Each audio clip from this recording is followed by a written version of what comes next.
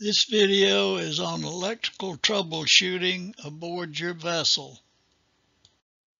Topics covered in this video will include understanding electrical line drawings, DC wiring standards, DC test equipment, electrical tools, AC wiring standards, AC test equipment, AC hazards, RF test equipment, and RF cable types and uses. Captain Farmer got his first amateur radio license in 1964 and is now an amateur extra class, the highest class available. He obtained an FCC General Radio Telephone Operator license in 1985 and has worked on commercial radio stations. He served 30 years in an Air National Guard radar squadron, first as enlisted ground radio maintenance technician and then as chief electronics officer, total of 30 years. He's a former member of the Institute of Electrical and Electronic Engineers and served as an advisor in the development of NEMA 2000. He's a former member of the Society of Naval Architects and Marine Engineers. Here you see Captain and Mate Farmer aboard Trace 1 for a 2-day winter cruise with passengers from Knoxville to Chattanooga, Tennessee. Trace 1 is now sold and we're back to sailing like we did aboard a Catalina 25 for 23 years. Captain Farmer is a 100-ton master with sail and radar endorsements, and he and first mate sailed out of Panama City, Florida for weeks at a time. We currently sail a 29-foot Catalina out of Knoxville on the Tennessee River. We have over 50 years experience, both power and sail, inland and offshore, recreational and commercial. Captain Farmer is a Power Squadron full educational certificate holder, teaching basic boating through Celestial. He's a member of the Power Squadron Navigation Committee, rewriting navigation texts. Here's the lines drawing for the DC wiring of a Catalina 28 Mark II sailboat. The upper symbol is a symbol for a 5-amp circuit breaker. The next one down is a single pole double throw switch. Then an incandescent light, common ground, and here you see the wire color and gauge, and the bigger the number, the smaller the wire. Then a single pole single throw switch. Wires connected have a dot, and the symbol at the very bottom is a ground symbol. There's now a specific set of ABYC DC wiring standards. The old convention was that the negative ground wire was black. Now it's yellow or black with a yellow stripe or tracer. The positive battery bus is normally red. Wire must be sized for the current out to the total distance and back. All devices must have a separate ground wire back to the ground bus. Older boats do not match these colors, and all DC positive wires are probably red. Wires must be properly sized for the amount of current carried and also the total distance. It's acceptable to have a 10% loss on anything other than running lights, electronics, and panel board feeds, but everything else needs to be sized for no more than a 3% loss. Your VHF radio needs full power to function properly.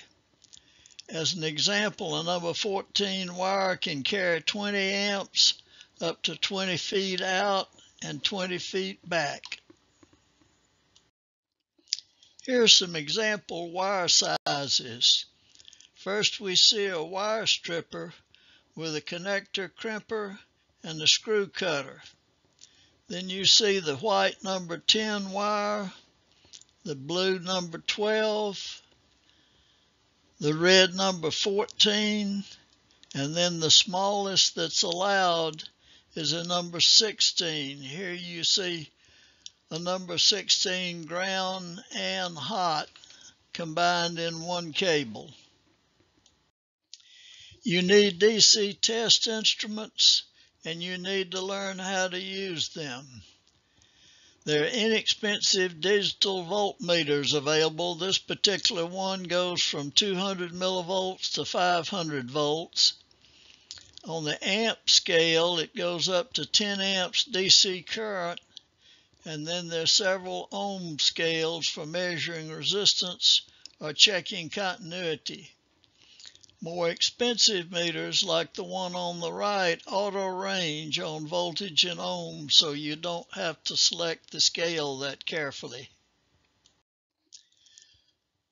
Modern digital multimeters have a very high input impedance, so they can actually indicate a small voltage on long wires when there's no voltage present. Be very careful with the meter on the current low impedance range, as the voltage can draw too much current and pop the current limiting fuse inside the meter. Be very careful with the meter on the ohm scale, as voltage can damage the meter. Pin probes are good for checking voltages on terminals, but alligator clips are better for connecting to the ground bus. For checking continuity, solid connection, use the lowest ohm scales, and you may need a long jumper wire to get back to the power panel ground. Some meters turn off automatically, but others you have to switch off to preserve the battery. Here's some example of inexpensive DC testers. On the left, you see a simple tester that's nothing more than a light bulb with two leads, and on the right you see a very inexpensive digital multimeter that's available online. All electrical connections aboard must be clean and tight. All wires must be properly crimped. Use only tinned, for instance, solder-coated marine-rated wire to prevent corrosion. Absolutely no wire nuts anywhere aboard. Only 3 wires per terminal, and the heaviest current carrying wire should be on the bottom of the terminal closest to the connector board. Battery wires should have a regular locking nut, and do not use wing nuts that can sometimes vibrate loose. For voltage measurement, put the red meter lead on the point to be measured and the black lead on the ground bus. Here you see red 12-volt positive wires feeding terminal strips. Once again, you may need a long wire to get back to the ground bus. Every light, pump, and so forth must have a positive and negative wire all the way to the DC distribution panel. For resistance measurements, make absolutely sure that all power is off so you don't damage the meter. Here's an example of a fan motor that measures 26.2 ohms with one lead on each wire, so it's probably good. Current is equal to voltage divided by resistance, I equals E over R. So 12.6 volts divided by 26.2 ohms equals 0.48 amps. This fan motor is rated for 0.3 amps, so it's good. With the switch off, it measures infinite or open, so the switch is good. For resistance and continuity checks, end-to-end wires, including connectors, should have a very low resistance. Measure the positive supply wire from the power panel to the supply. Measure the negative supply wire from the ground bus to the device. Both wires must have a very low resistance for the device to work properly. Check for bad terminals and splices if there are any. An older wire that was not tin may have corroded. Vibration may have loosened a wire or a terminal. As an example, 2 ohms of wire resistance with 1 amp load equals a 2-volt drop. So 12.6 volts at the battery would only be 10.6 volts at the load, and that's only 84% of the available power. For power calculations, power is usually rated in watts. P equals I times E. So 0.48 amps times 12.6 volts equal about 6 watts. For our use, however, we're more interested in the battery draw in amp hours. If we ran the fan that we showed below for 9 hours at 0.48 amps, that would be 4.3 amp hours. A lead-acid deep cycle battery should not be discharged more than 50%. A group 27, which is larger than a group 24 deep cycle battery, might be rated for 90 amp hours. 90 amp hours divided by 0.48 amps equals 187.5 hours for this fan only. But aboard your boat you have many other loads, and a typical 30-foot sailboat needs 200 amp hours. Thus the group 27 battery above would last only half the night before you need a Lucy light for an anchor light and a flashlight. Once again, if you draw lower than 50%, you will shorten the battery life significantly. For current measurement, do not hook directly to power and ground. You can damage the meter very easily this way. Move the red meter lead from the volt ohm input on the meter to the current measuring socket as shown here for the 20 amp input.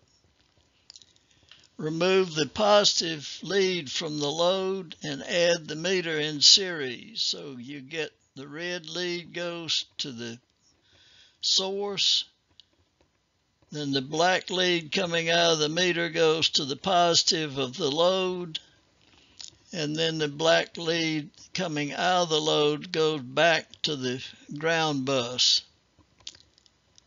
The red lead to positive and the black lead to be tested. Here's an example of an actual current measurement.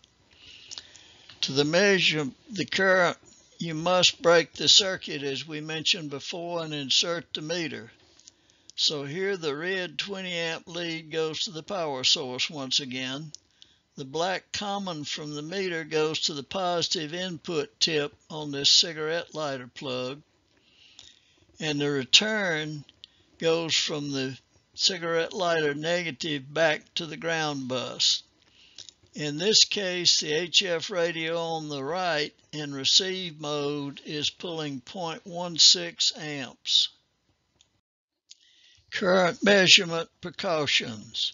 Once again, do not hook directly to power and ground. The current meter is low input and will draw enough current to damage your meter if it's connected directly to positive and negative as you would do in a voltage measurement. Do not try to measure starter current as it's generally over 150 amps. Make sure the current you intend to measure is below the meter maximum. Do not use the milliamp current scales as they're too small except for electronics. Put the red meter lead back on the ohms volts after the measurement so you don't cause problems later. And once again, do not hook directly to power and ground. Boat trailer wire tracing can be absolutely maddening at times. Your lights may be able to intermittently ground through the coupler and the hitch ball. You need to make absolutely certain that all ground connections on the trailer and to the truck are tight.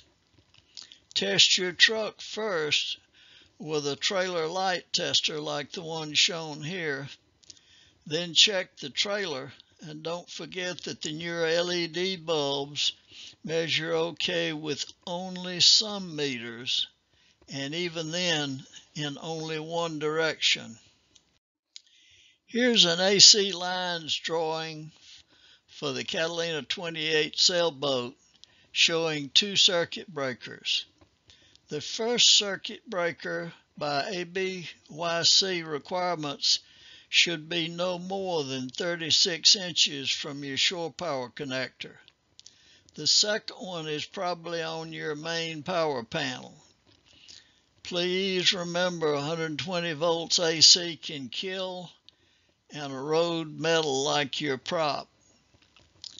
Please note the reverse polarity indicator here. And if you connect to shore power and the reverse polarity indicator comes on, you need to disconnect and find out what the problem is before proceeding. The green and white wires are not to be connected on the boat.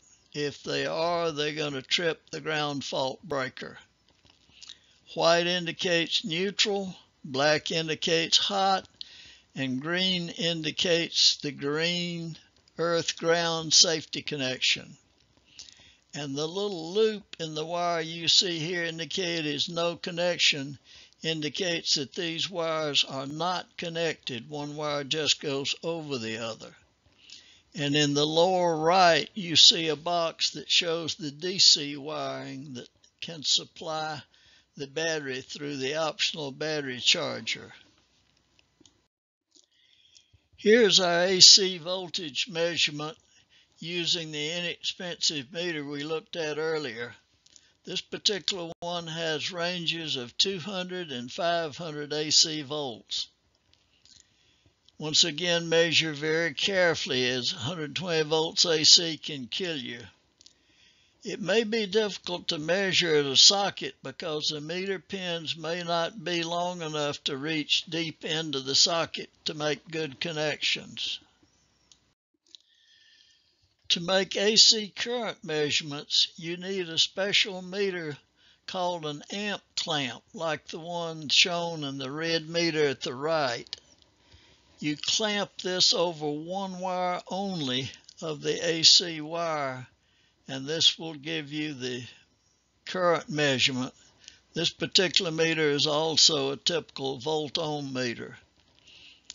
If you don't have this, a battery-powered AC sniffer like the one shown here will buzz when you place it near an energized AC wire. It detects the presence of AC but no voltage, but it's safer than trying to measure AC on terminals with a meter. You probably don't have one, but you need to try to borrow someone's wood head tester and check all of the receptacles on your boat to make sure they're wired properly. Check the AC voltage at your panel only carefully. If you have no voltage at the panel, make sure both AC breakers are on, and remember that the first breaker will likely be hidden in a lazarette somewhere and probably hard to find. If you still have no power, check the breaker on your pedestal at the dock.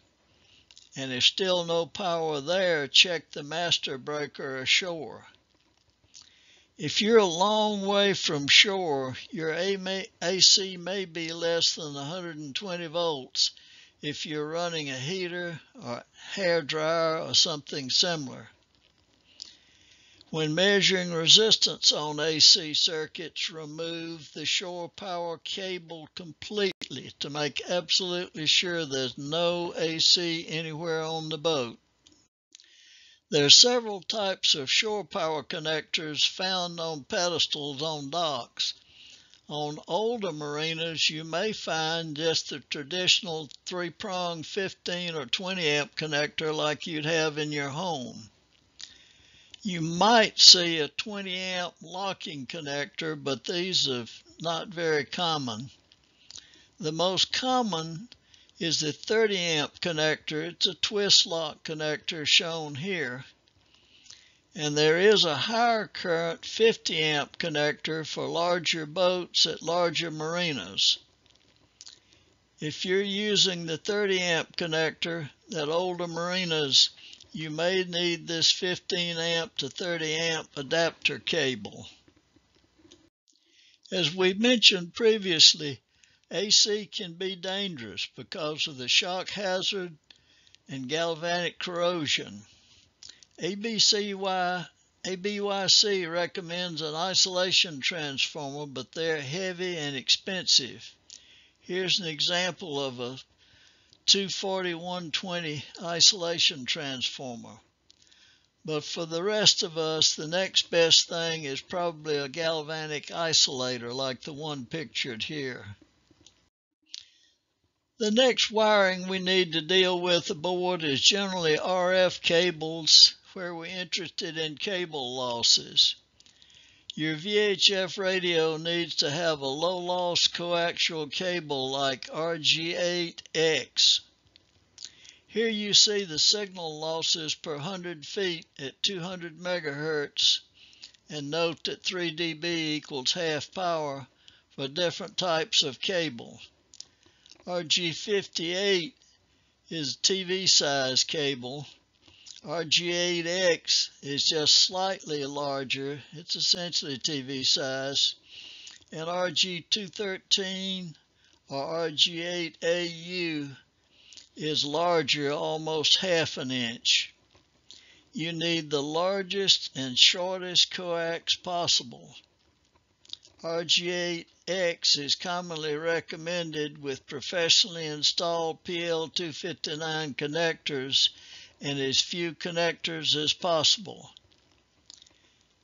You need a connector to be able to unstep your mast. Here's an example of some common RF cables. The one at the top is RG8AU. It's essentially the size of 213, almost half an inch.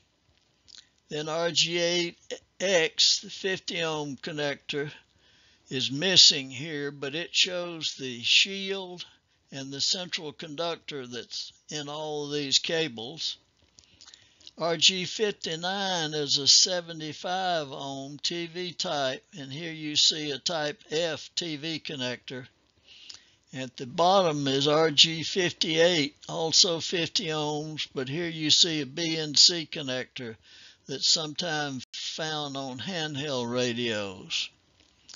Properly installing connectors is not easy. For RF measurements, you need a totally different set of tools. The best is probably an antenna analyzer, as the one shown here, but you probably need professional help to use it. A less expensive SWR bridge can give you some information, and you should have an SWR less than 2:1. The higher the SWR, the greater the loss, in addition to the normal cable losses. Sailboats typically use a 3-foot, 3 dB gain sailboat antenna at the masthead, and if you have a watt meter, it should show 25 watts on high output or 1 watt on low output on your fixed mount VHF radio. RF measurements are best left to the professional with a good bit of experience.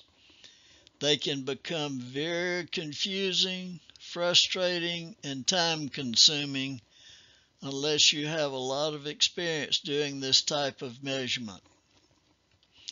VHF is line of sight, so antenna height is very important.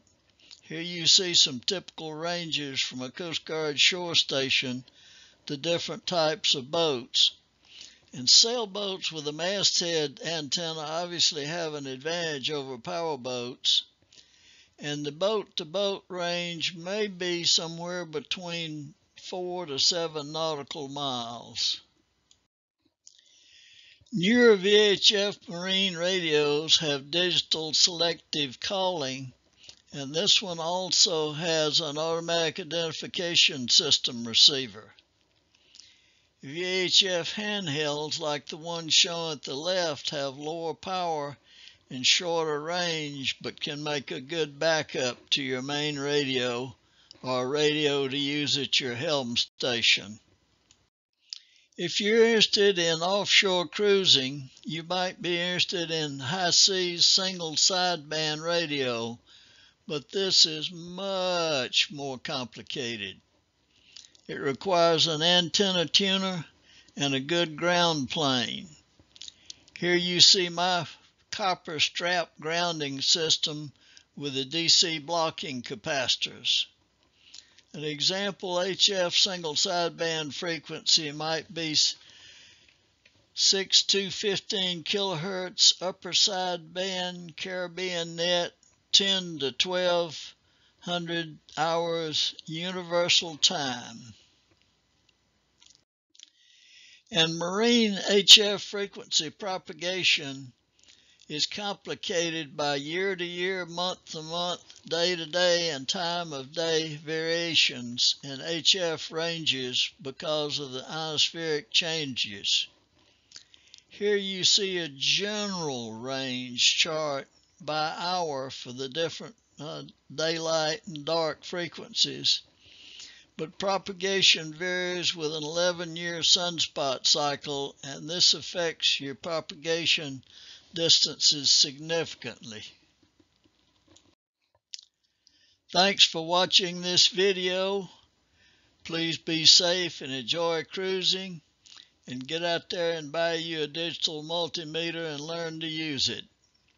For further information, you can contact capfarmer@gmail.com.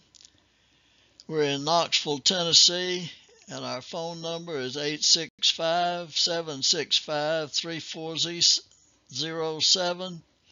And you can search for our other videos at Sailing Toucan and on our website at sailingtoucan.org.